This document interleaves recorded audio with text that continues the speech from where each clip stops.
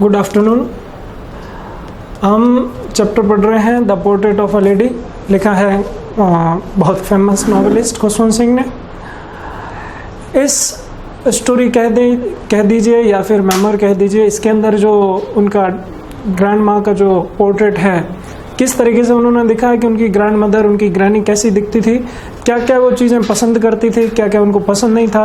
हमने यहाँ तक देखा कि वो काफ़ी कल्चरल लेडी थी, काफ़ी रिलीजियस लेडी थी, लेकिन जो सबसे बड़ी बात ये थी कि एकदम से सडन चेंज उनकी लाइफ में आया। यानी नॉवेलिस्ट खुशवंत सिंह की और उनकी दादी की जो लाइफ में चेंज आया, यानी पहले गांव में रहते थे, गांव से जब वो लोग शिफ्ट हुए सिटी के अंदर, तो सबसे बड़ा चेंज ये आया कि खुशवंत सिंह एक इंग्लिश मीडियम स्कूल जाना शुरू हो गए।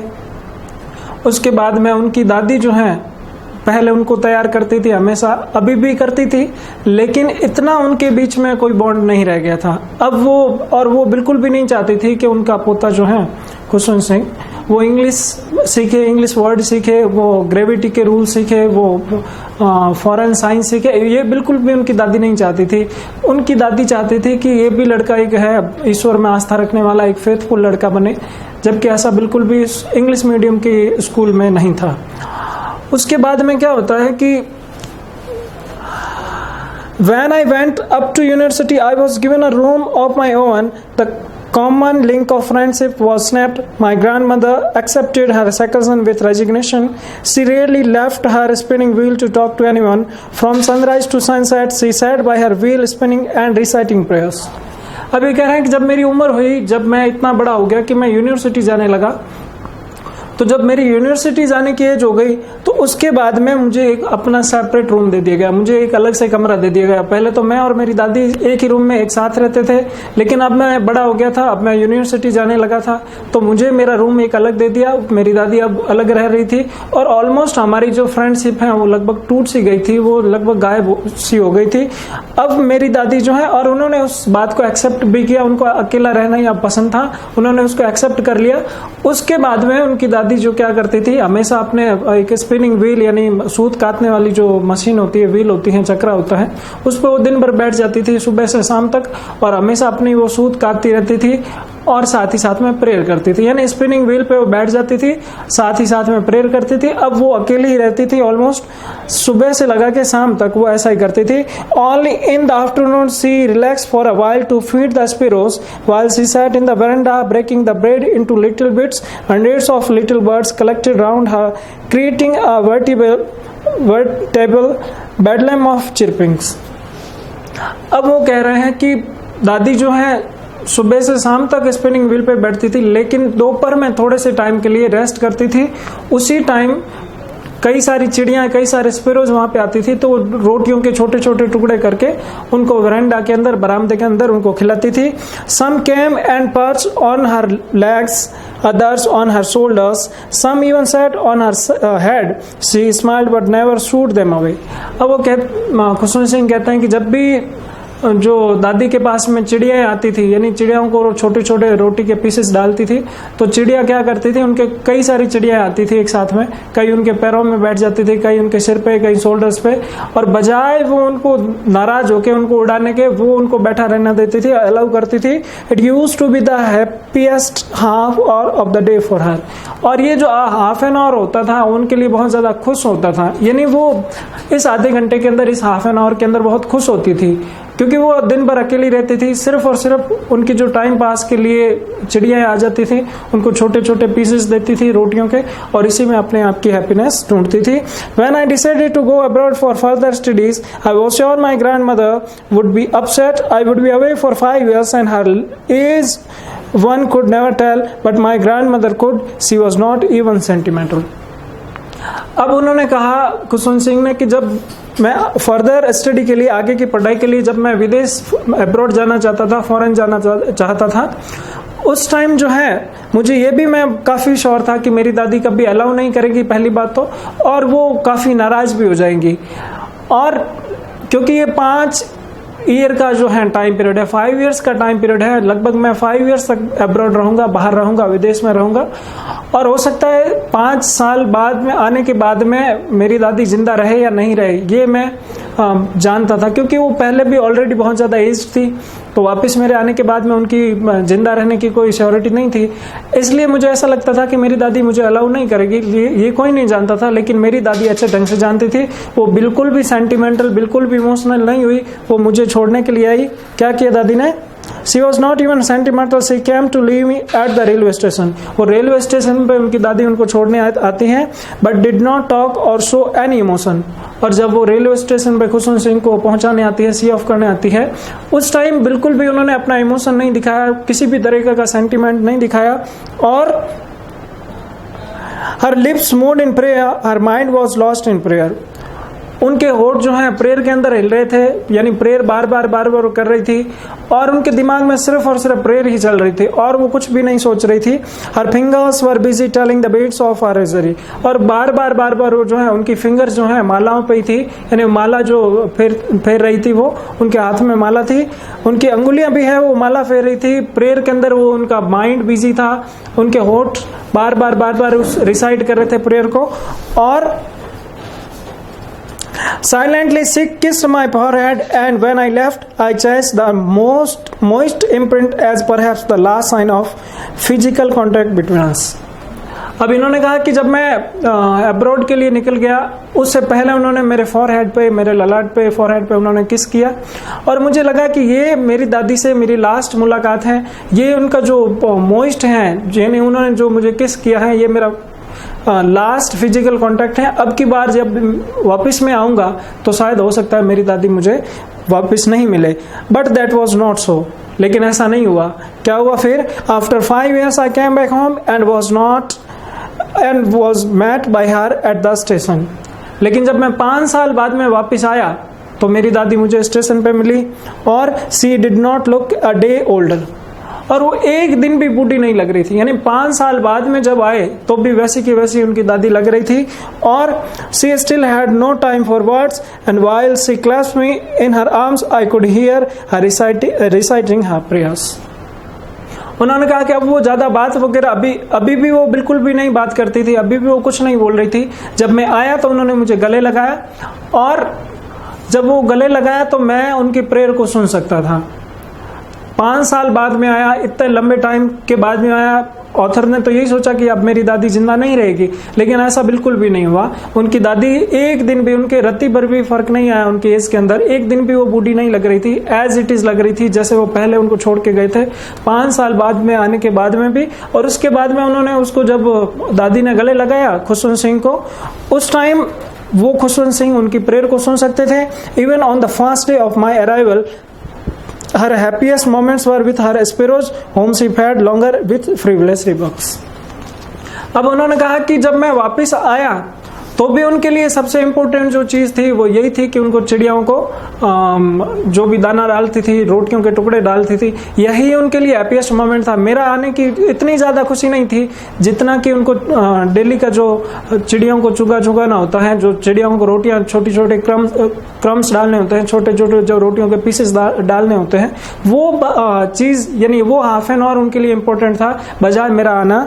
और in the evening a change came over her, she did not pray, she collected the women of the neighborhood, got an old drum and started to sing. अब शाम के टाइम में उनके अंदर एक चेंज आया। क्या चेंज आया उनके अंदर? In the evening a change came over her, she did not pray. शाम को उन्होंने बिल्कुल भी प्रे नहीं की। और she collected the women of neighborhood, got an old drum and started to sing. उन्होंने एक पास की आस पड़ोस की जो भी औरतें थी उन सबको बुला लिया, एक ड्रम वो लेके आई और उन्होंने गाना शुरू कर दिया। For several hours she thumped the seizing skins of the dilapidated drum and sang of the homecoming of warriors. We had to persuade her to stop to avoid our standing. That was the first time since I had known her that she did not pray. अब उन्होंने कहा कि आस पड़ोस की जो भी औरतें थी उन सबको बुलाया उन्होंने और ड्रम बजाना शुरू किया। हम सब ने खूब मना उनको किया, उनको राजी करने की कोशिश की, लेकिन वो नहीं मानी और वो लगातार ड्रम बजा रही थी। पहला ऐसा फर्स्ट टाइम मेरी लाइफ में, ये कह रहे हैं ऑथर, के फर्स्ट टाइम मैंने अपनी दादी को बिना प्रेयर के देखा। यानी अब हमेशा उनकी दादी प्रेयर करती थी लेकिन शाम को उन्होंने प्रेयर नहीं की, फर्स्ट टाइम उन्होंने ऐसा देखा। यहाँ पे दो जो सेंटेंस आए उसको मैं डिस्कस कर रहा हूँ। सबसे पहला तो है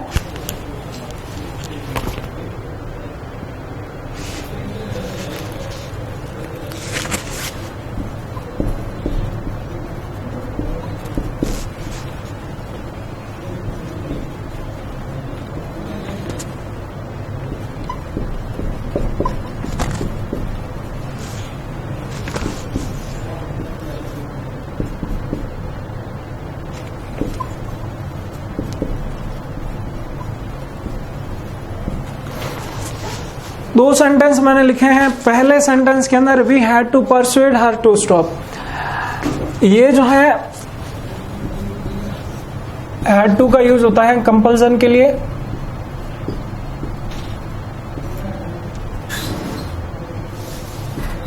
और यहां पे हैड है नॉन, ये है past perfect tense.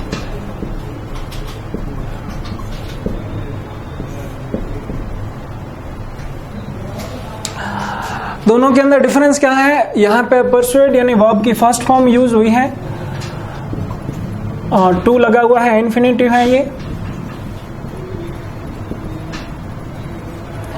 Had to, has to, shall have to, will have to, इसके यूजेस आपने पढ़े होंगे मॉडल्स के अंदर। इसको कहते हैं हैड टू को मार्जिनल मॉडल ऑक्सिलरी। जब भी कभी किसी बात को मस्ट और हैव का कंपैरिजन हमेशा किया जाता है, किसी बात पे बहुत ज्यादा कंपल्सन हो, बहुत ज्यादा मजबूरी दिखाने के लिए हैड टू का यूज किया जाता है पास्ट के अंदर। प्रेजेंट के अंदर यूज किया जाता है हैज टू और हैव टू का, फ्यूचर के अंदर यूज किया जाता है विल हैव टू और शैल हैव टू का। और दूसरा सेंटेंस आपको पता है पास्ट परफेक्ट टेंस है। मैंने कल ये भी बोला था कि पास्ट परफेक्ट का सिंपल का कोई एग्जिस्टेंस नहीं है इंग्लिश ग्रामर के अंदर, तो इसी के साथ में ये टेंस और यूज हुआ है। देखिए आप, I had known her that she did not pray. She did not pray जो है इसके साथ में एक और सेंटेंस है, यानी दोनों ही साथ सेंटेंसेस कनेक्टेड हैं एक दूसरे से, सिर्फ और सिर्फ अकेले पास्ट परफेक्ट टेंस का यूज नहीं हुआ है। तो उन्होंने कहा कि मैंने फर्स्ट टाइम ऐसा देखा, उन्होंने ड्रम मंगाया, वो ड्रम बजा रही थी, इस तरीके से वो गाना गा रही थी जैसे वॉरियर्स आते हैं, योद्धा वापस अपने घर पे आते हैं, इस तरीके से गाना गा रही थी। The next morning she was taken ill, it was a mild fever and the doctor told us that it would go, but my grandmother thought differently. She told us that her end was near. She said that since only a few hours before the close of the last chapter of her life she had omitted to pray, she was not going to waste any more time talking to us. अब जब सुबह वो उठी तो उनको हल्का सा fever था, वो बीमार हो गई थी, उनको बुखार आ गया। डॉक्टर्स ने कहा कि ये बुखार जो है अपने आप चला जाएगा, लेकिन दादी कुछ और ही सोच रही थी। दादी को मालूम था कि ये बुखार जो है वो जाने वाला नहीं है, और she told us that her and was near, और दादी ने बताया कि अब मेरी मौत जो है बहुत पास में है, अब मैं मरने वाली हूँ। और she said that since only a few hours before the close of the last chapter of her life she had omitted to prayer, she was not going to waste any more time talking to us. यहाँ पे एक sentence है, she was going to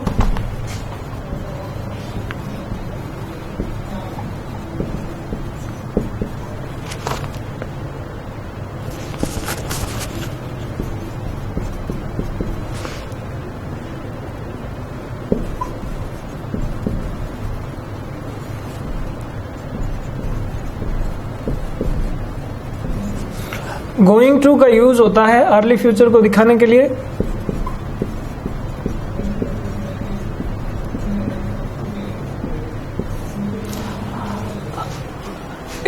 ये जो sentence है ये इस chapter के हिसाब से अर्ली फ्यूचर के हिसाब से दिया हुआ है, यानी पास्ट कंटिन्यूअस तो है ही, लेकिन यदि आप देखोगे एट दैट मोमेंट पे उस सिचुएशन पे देखोगे तो ये फ्यूचर के लिए यूज हुआ है।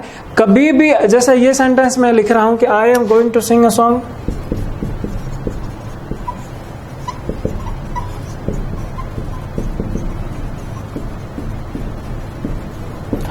ये टेंस तो है प्रेजेंट कंटिन्यूअस,